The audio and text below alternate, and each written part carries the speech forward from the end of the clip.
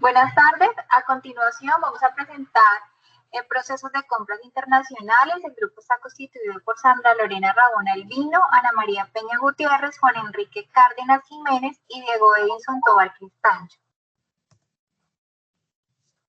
Los Incoterms son términos de 3 letras cada uno que reflejan las normas de aceptación voluntaria de las partes de un contrato de compraventa internacional de mercancías acerca de las condiciones de entrega de las mismas. Se clasifican en multinacionales, los marítimos. Ellos tienen términos de E que hacen relación a la entrega directa a la salida, el término F, entrega indirecta sin pago al transporte principal, el término C, transporte principal, costos de transporte y costos de seguro, el término D, entrega directa a la llegada.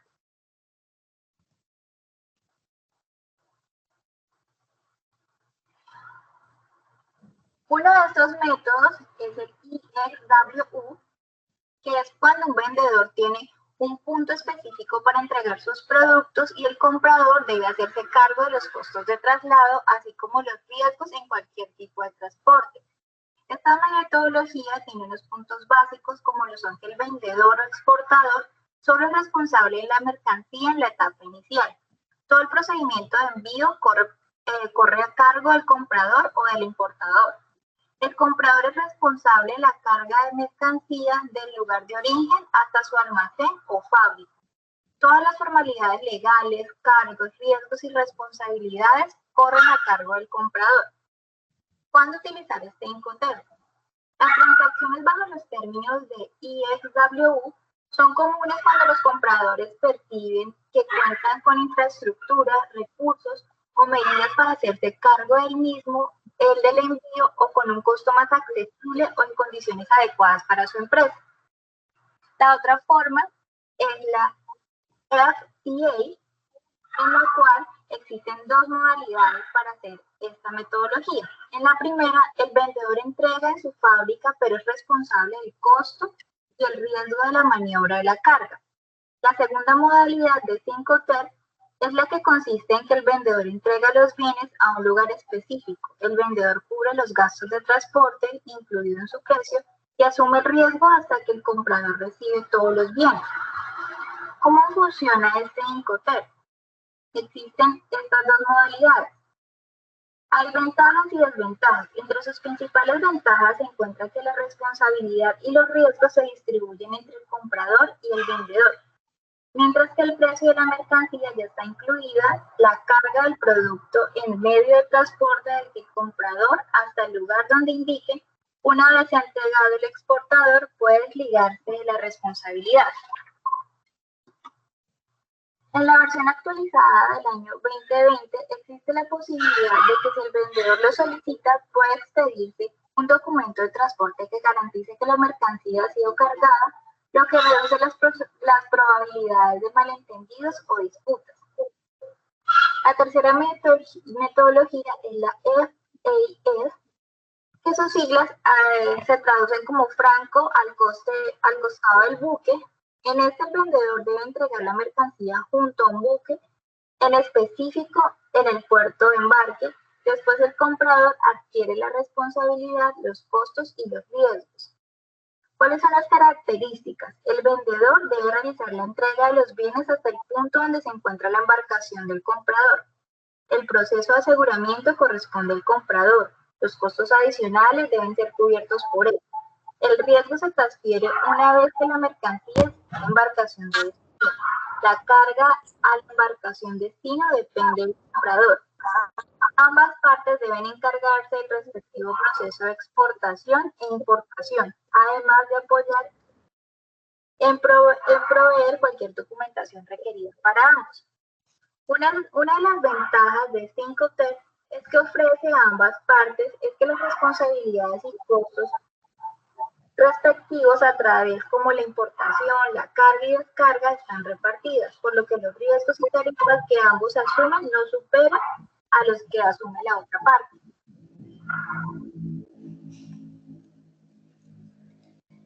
Otra metodología de compras internacionales es el FOB o franco a bordo. El franco a bordo hace referencia a que el vendedor entrega la mercancía sobre el buque y contrata el transporte a través de un transitorio o consignación. Y los costos de transporte los asume el comprador.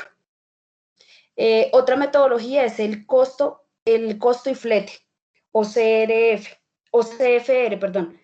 Este hace referencia a que el vendedor se hace cargo de todos los costos, incluido el transporte principal, hasta que la mercancía llegue al puerto de destino o una zona franca. Sin embargo, este riesgo se transfiere al comprador en muchas ocasiones y en un momento en que la mercancía se encuentre cargada en el barco del país origen. Él asume todos los costos que hacen referencia al traslado del almacén del comprador. Luego encontramos el CIF o costo seguro y flete, puerto del destino, que hace referencia a que el vendedor se hace cargo de todos los costos, incluidos el transporte principal y el seguro, hasta que la mercancía llegue al puerto de destino, aunque el seguro lo contrate el vendedor. El beneficiario es el comprador y este Incoterm se utiliza para cualquier transporte, pero sobre todo para el barco marítimo o fluvial. También encontramos el CIP, transporte pago hasta el lugar del destino, que hace referencia a que el vendedor se hace cargo de todos los costos, incluido el transporte principal y el seguro, hasta que la mercancía llegue al punto convenido entre el país del destino. Este Incoterms se puede utilizar con cualquier tipo de transporte o con una combinación entre ellos, transporte marítimo, terrestre, se puede hacer una combinación entre estos dos tipos de transporte. Luego encontramos el CPT, que es el transporte pagado hasta el lugar del destino, y en este el vendedor se hace cargo de todos los costos, incluidos el transporte principal y el seguro, hasta que la mercancía llegue al punto convenido en el país destino. Sin embargo, este se transfiere al comprador en el momento de la entrega de la mercancía transportista dentro del país origen. Y ya los costos del transporte del puerto hacia el almacén del comprador los asume lo que es el comprador. Luego encontramos el DAT, que hace referencia al entregado en la terminal o puerto destino convenido entre el vendedor y el comprador. En este, el vendedor se hace cargo de todos los costos, incluidos el transporte principal, el seguro, y no es obligatorio en muchas ocasiones que el vendedor asuma estos costos hasta que la mercancía sea puesta en la terminal definida con el comprador. También asume los riesgos hasta ese momento y se utiliza para cualquier tipo de transporte. Esta es una de las Incoterms también más empleadas dentro del proceso de compras internacionales. Luego encontramos el DAP, que hace referencia al lugar de destino convenido. En este el vendedor se hace cargo de todos los costos, incluido el transporte principal y el seguro. Y no es obligatorio tampoco que el vendedor se haga cargo o asuma estos costos, pero los costos asociados a la importación hasta que la mercancía se ponga a disposición del comprador en un vehículo listo puede ser descargado, también asumen los riesgos hasta ese momento. O sea, esto puede ser asumido tanto por el vendedor como por el comprador y de acuerdo como a los términos en que hayan hecho los acuerdos de compra en los países. También sigue el entregado con derechos pagos. En este el vendedor paga todos los costos hasta dejar la mercancía en el punto que convienen con el comprador. Puede ser el país destino o el comprador no realiza ningún tipo de trámite de aduana ni de importación. Y esto los asume el vendedor generalmente. A continuación, presentamos los principales acrónimos utilizados en las licitaciones. En primer lugar, encontramos el RFI, o solicitud de información, que es el medio formal de obtener información general de los proveedores, que a su vez se puede asimilar como la primera y más amplia selección de una serie de solicitudes destinadas a reducir una lista de candidatos. En segundo lugar, encontramos el RFQ, que es una solicitud de información sobre precios y pagos sobre una solución muy específica. Se presenta principalmente cuando la empresa solicitante conoce el número exacto o el tipo de productos o servicios que desea. Normalmente utiliza una solicitud de cotización. Esto se relaciona principalmente cuando los productos se encuentran listos para su uso. En tercer lugar, encontramos una RFP o solicitud de propuestas. Es una forma formalizada y estructurada de obtener información específica del proveedor, incluyendo los precios, la cual permite detallar el problema que se desea resolver e invita a los proveedores a sugerir soluciones, en la que muy probablemente se incorporará posible información que no ha sido considerada, permitiendo alimentar una mejor solución. Seguidamente, les presentamos el ejemplo del dilema que tiene la empresa ABC en la compra relacionada a su mesa de servicios, en donde presentamos los siguientes 3 casos.